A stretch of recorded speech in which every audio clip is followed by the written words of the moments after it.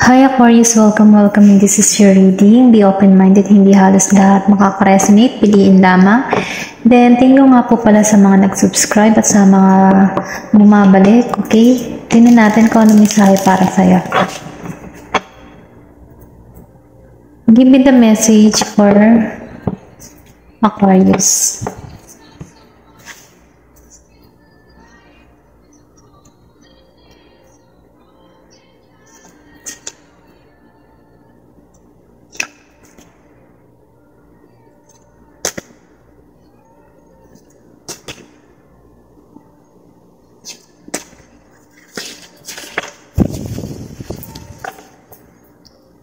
Okay, tingnan natin kung ano mensahe para sa'yo. Ayan, meron ka ditong Seven of Pentacles, then Page of Pentacles, reverse, Judgment, reverse, then the Fool, upright, then Two of Cups, reverse. Nakikita ko sa inyo, no, yung iba sa inyo, sabihin natin na, may pangyayari sa inyo na, na, alam mo yun, yung tipo na hindi naging successful, okay? Yung tipo na meron kang inasikaso or inabyan na hindi naging maganda yung resulta, okay, na, or pwede rin sabihin na meron ka ditong hindi magandang balita na natanggap. Ayun, ito na yung nakita ko dito, no? Pero yung hindi halos lahat, yun na yung nakita ko. Then, meron din ako nakikita dito na yung iba, kumbaga, sarado pa yung pag-iisip ba? Ay mas sarado yung pag-iisip ay hindi siya, hindi siya malawak yung pangunawa, or pwede rin sabihin na may ganun kang person. Kumbaga, makitid ba yung isipan niya? Kumbaga, dapat yung, imbis na, kayo, halimbawa, may problema ka, imbis na ikaw ay, sabihin natin na, anong tawag ito, yung, may salita dito imbis na ikaw ay tulungan, or sabihin, i-comfort yan. Imbis na i-comfort, wala, inaano ka pa niya. Parang sinisisi ka pa niya sa mga nangyari. Okay? Sa mga masasamang balita, Ito na yung nakikita ko dito. Nagkakaroon dito ng ng paninisi. Okay? Then, dito, nakikita ko, hindi halos lahat, yung iba sa inyo umaani ng tagumpay. Kumbaga, yung paghihirap na ginawa niya or nagkakaroon ng bunga. Kung ano man yung tinanim mo, naani ka na ng nakikita mo na yung resulta. Then, nakikita ko rin dito na kung ano man yung hinihiling mo, yung minamanifest mo, madali mo din siyang makamit. Mabilis yung yung blessing. Yung iba sa inyo, ganun, Then, nakikita ko rin dito na meron iba sa inyo, merong biyaya na parating. Maybe, meron ditong magmamana. Okay, pwede rin sabihin, pamanahan ka ng lupa, or merong pamana ko nakikita rito. Then, yung iba naman ay lumalago. Okay, kung ano man yung pinaghihirapan, or kung ano man yung ginagawa mong trabaho, nagkakaroon na ng paglago, or kung ano man yung pinagkakaabalan mo on social media, online business, o ano pa man, lumalago na siya. Kumbaga, yung pagod mo, na dati hindi mo nakikita yung paglago. Ngayon mo nakikita na tama pala yung ginawa mo, na tama pala na yung paghihirap mo, nagkakaroon na ng resulta, okay? Then, yung iba naman sa inyo, nakikita ko rin dito na may pag-aalinlangan, Maybe yung iba sa inyo nakakaranas na pinag-uusapan, alam mo yun, chinichismis, dahil doon sa mga ganong, na mga sabi-sabi ng ibang tao sa'yo, about sa'yo, against sa'yo, doon ka nakakaramdam ka dito ng, alam mo yun, nag-aalinlangan ka sa iyong sarili. Parang tipo na yung nahina yung loob, dahil sa mga ganon. Then, pero sinasabi dito na kailangan mong mapaglabanan yung mga ganon, yung mga bagay na paninira sa'yo, kailangan mong mapaglabanan. Kasi yan ay kumbaga, ginagawa lang nila iyon para hindi ka ano ba, tipong hindi ka makadiretso sa iyong goal, kung para hindi ka umasenso, no? Kumbaga, ito lang ba yung mga kontrabida sa buhay mo, no? Pero once na yun ay nalampasan mo, dire-diretso yung daloy ng biyaya para sa iyo. Wag ka, sinasabi dito na wag kang palinlang sa mga sinasabi, kung ano man yung binabato sa iyo, wag mong papasinin kasi mas kilala mo yung sarili mo na hindi ka ganun, okay? Then nakikita ko rin dito, no, the Fool upright. Meron iba sa inyo, maybe siguro mahilig mag-adventure, no? Nakikita ko rin dito na may paglalakbay na gagawin, may travel. Maybe gusto mong makaalis, okay? May apply ka abroad, then gusto mong makaalis, or pwede rin sabihin na nagpaplano ka, okay? Then nakikita ko rin dito, yung iba sa inyo, gusto maging malaya. Kung titingnan mo dito sa larawan ng The Fool, dire-diretso kasi siya kahit alam niya nang bangin yung kasunod, Kumbaga, sinasabi dito na wala siyang takot humarap.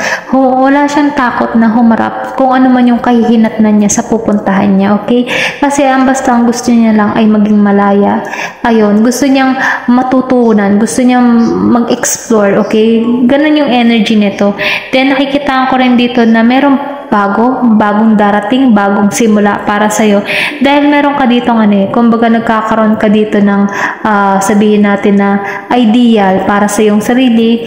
Then lumalabas din dito kasi na umaasa ka na may magandang pagpapalang naghihintay sa'yo. Then dito naman sa Two of Cups reverse, yung iba sa inyo, sa pag-ibig, hindi siya masaya sa kanyang love life o sa kanyang nararanasan, kasi meron ditong disconnect na nangyari. Kumbaga, hindi naging maganda yung pagsasama. Kumbaga, meron ditong na walang closure, umalis na lamang ng biglaan, kumbaga nilayuan, okay? Ayun nakikita ko. At meron ditong iba na nakakaranas na hindi siya nagiging balanse dahil sa pangyayaring iyon, okay? Then nakikita ko na hindi to nagiging masaya. Kumbaga, yung iba na meron ng relasyon pero hindi siya masaya sa kanyang karelasyon kasi hindi niya nakikita yung patas na pagmamahal, or pwede rin sabihin na parang nanlalamig na, okay? Ayun lang yung nakikita ko. May mga ganong relasyon na nanlalamig. Then meron din dito na hindi nagiging totoo, or meron din dito na nag-disconnect sa sitwasyon or sa communication, kumbaga maybe may yung iba ginusing, kung ikaw man ay nakakaramdam ng ganito, hayaan mo na lang yung tao na yun. Kumbaga piliin mo pa rin yung kagalakan, kasiyahan mo kahit nag-iisa ka. Pero kung syempre yung iba naman kasi sasabihin na siya yung kaligayahan ko, siya yung kasiyahan ko, syempre ikaw ang tatanungin doon, hahayaan mo bang ikaw ay manatili sa ganyang posisyon? O diba, nasa sayo yung sagot diyan, ikaw yung tatanungin diyan. Handa ka bang manatili na ikaw na lamang yung nagmamahal? Handa ka ba na ikaw na lang yung magtitiis? Handa ka ba sa ganoon? Handa ka bang magdusa sa ganoong sitwasyon? Syempre, kung ikaw naman ay may lakas ng loob, hanapin mo kung saan ka magiging masaya. Kahit siya naman yung kasiyahan mo, pero hindi nagiging siyang patas. Ang tinatawag dyan, nangyayari dyan ay one-sided love, okay?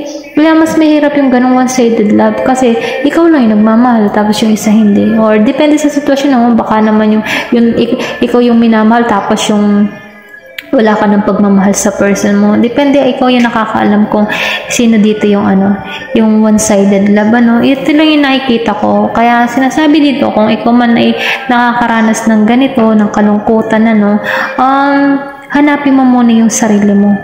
Then, wag mong sasabihin na siya yung kaligayahan ko. Kung halimbawa, yung taong yun, ito yung kaligayahan ko, gusto ko siya kasi yun yung kaligayahan ko. Bakit? Nung ikaw ba'y bata, hindi ka naging maligaya nung ikinagsasalo? Diba? Nung ikaw ba'y single, hindi ka ba naging masaya? Paano masasabing siya yung kaligayahan mo? Diba? Nag-solo ka din naman, okay? Kaya, masasabi ko lang dito, wag kang magpaka-martyr sa tao na to. Lalo na kung ang pinakikita ng tao na ito ay hindi equal katulad ng pinakikita mo. Ay diba, ikaw yung masasaktan diyan, ikaw yung tatanungin diyan. Kung handa ka sa ganyang sitwasyon, hindi magtitiis ka, nasa sa'yo talaga yung desisyon. Pero ganun pa man may magandang pagbabago mangyayari sa inyo. Meron ditong bagong may bagong simula, then yung iba naman aani ng tagumpay, okay? Ayun, tingnan lang natin kung ano pang mensahe para sa iyo, no? Pero kung ako dito sa tao na to na na-imbalance, no, talagang masakit yung ganyan, yung one-sided lang, yung ikaw lang yung nagmamahal bilang karelasyon, or baka naman hindi ka na talaga masaya sa yung karelasyon. Okay? Kailangan lang yan ng pag-uusap kung paano aayusin yung relasyon. Ayun lang yung mapapayo ko, no? Kailangan nyo mag-usap pareho kung saan kayo magiging okay. Ayan. Tingnan natin kung ano yung mensahe pa sa'yo.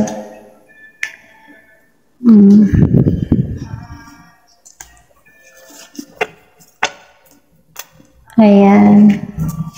Oh, mysticism na naman. Then in peace, okay? Maybe meron ditong sabihin natin hiwaga, or pwede rin sabihin na nahihiwaga na sa yung tao mo. Maybe ikaw na yung tipo ng lalamigan, okay? Or pwede rin sabihin na kaya nanlalamig yung tao mo dahil merong hiwaga sa kanya, merong gumagawa, meron ng tipong spell, love spell ba yun? Gayuma, okay? Pwede kasi yun, kasi meron ditong victim, lumabas din yung victim. So, ibig sabihin, meron something. Halimbawa, kayong dalawa tao nagmamahalan, alam niyo naman sa sarili niyo mahal na mahal ang isa, tapos ilang araw, ilang buwan, bigla na lang nagbabago yung person mo. Di ba, syempre, magtataka ka na bakit ganoon, So, ibig sabihin, meron ditong something na na mahiwaga. Maybe yung person mo, kaya nalalamig sa'yo dahil meron ditong gumagawa ng hindi maganda sa person mo dahil baka gusto yung person mo, okay? Ayun yung nakikita ko kasi meron ditong victim. Merong biktima. Then, in pace, sinasabi din dito sa in pace na hindi nagkakasundo, Meron ditong hindi nagkakasundo. Maybe ginugulo yung relasyon nyo, kaya kayong dalawa ay nagkakagulo, nawawala yung spark, nawawala yung init ng pagmamahalan dahil merong gumugulo. May gumugulo sa inyong relasyon at nabibiktima yung person mo. Okay, yun lang yung nakikita ko dito. Pero ganun pa man, kung ganun nga yung sitwasyon mo na parang nanlalamig na yung person mo, parang iba na, kailangan mo nang gumawa din ng action dyan. Siyempre, ang may papayo ko lang dyan, may mga may mga kontra kontra sa mga gayug-gayuma na ganyan. Meron dyan sa YouTube yung mga nagtuturo ng kontra gayuma. Search na lamang, kung ganun yung sitwasyon mo, or pwede rin naman magsindi ka ng mga insenso para ma-remove ba, kasi yung gayuma may oras yan, kasi na-search ko rin yan na kumbaga dati sa YouTube, nasi-search ko din yan kung ano yung gayuma, kasi minsan ako kasi dati parang pakaramdam ko mayroong gumagayuma sa akin kasi iba ba yung pakaramdam, parang hanap na hanap mo yung tao na yun, tapos after mga ilang oras, mamaya galit na galit ka na doon sa tao. So, ibig sabihin, bakit may ganun? Parang may something, So, ang ginawa ko lamang yan, ako yung nag-i-insenso. Okay, nag-i-insenso ako, nag-i-cleansing ako ng aming tahanan at sa pampaligo ko. Then, marami din kasi akong ginagawang mga pangontra, Pulos kontra, kasi may ganyan kontrahin natin yan, okay? Magbili ka lang ng mga Saint Benedict, pangontra, dasal doon, then mas maigi yung dasal, magpauso ka ng insenso, maglagay ka ng mga halaman na pangontra sa mga ganyan, para hindi ka dumaloy sa inyong tahanan yung mga ganyang negatibo, Kasi sinisira yung relasyon. Pero meron ako, nasundan ako na na sa YouTube na na nagbibigay siya ng yung kontra nga sa ganyan. Limot ko lang kung yun, napanood ko yun sa TikTok din at YouTube. Search yun na lang yung kontra sa sa gayuma. Okay? Paano kontrahin ng gayuma? Nalabas yun. Tapos try nyo din, Ayun lamang, tingnan pa natin kung yung mga mensahe para sa'yo. Kasi baka sinisira yung relasyon nyo kay biktima, para hindi kayo magkasundo, magkalayo kayo. Ayun, maybe naiingit siya sa relasyon niyo dahil masaya kayo. So ngayon kailangan yung gumawa ng aksyon. Magsindi-sindi na lang kayo ng mga insenso araw-araw. Insenso, then maglagay din kayo ng kontra. Okay? Maraming tinuturo dyan sa YouTube yung mga pangopangontra. Mga herbal. Tingnan pa rin natin kung ano yung mensahe sa ni God, ano? Pero mas pinakamabisa, manalangin ka. Number 1, manalangin. Magsimba kayo tuwing linggo, yan. Kung kaya naman, pati Biyernes at Miyerkules, ayan. Then, tingnan natin to. O, lumabas, heal the sick that are therein, and say unto them, the kingdom of God is come nigh into you. O, diba? Kasi yung ganyan, kung meron man gumagawa ng hiwaga or something, ano, gusto niya na pasakitan kayo, ano. So, sinasabi dito, ano, na hihilom yan, gagaling yan, okay? Hindi niyan masisira yung samahan ninyo bilang isang mag-asawa, or kung magnobyo man kayo, ano, or kung ang pamilya niyo nagkakagulo, no? Hindi yan magtatagumpay. Basta't manalig ka lang sa Diyos, kasi hindi hahayaan ng Panginoon Diyos na masira ang taong totoong nagmamahalan, okay? Kaya number 1 talaga, manalangin at manalig at magsindi kayo mga incense. Alam mo yun? Para maitabo yung mga negative energy or negative entity na ibinabato sa inyong tahanan, sa inyong sarili. Then maglagay din kayo ng ano, yung asin sa bawat sulok ng inyong tahanan. Ilagay niyo sa clear na bottle, no? Glass. Lagyan yung bawat sulok niyo ng tahanan. Makikita niyo yun, kumbaga yung asin ang lalaban sa mga ganyan. Pag madumi na yung asin, di itapon niyo na. Okay, o then kapag halimbawa naman ang pagtatapon, di itapon nyo sa lababo, kayo sa toilet, ano, itapon nyo na lang doon. Tapos maglagay din kayo ng ano, kapag mag-insenso kayo, lagyan nyo ng dahon ng bawang, yung maamoy, di ba maamoy ng dahon ng bawang, mga na din yan, pantaboy, or mainam din mag-search din kayo sa mga Google, lahat ng kontra gat maaari para ano, maiwasan yung ganyan. At number 1 din, dalangin, okay? Ayun lamang po, ano, thank you for watching and love and peace.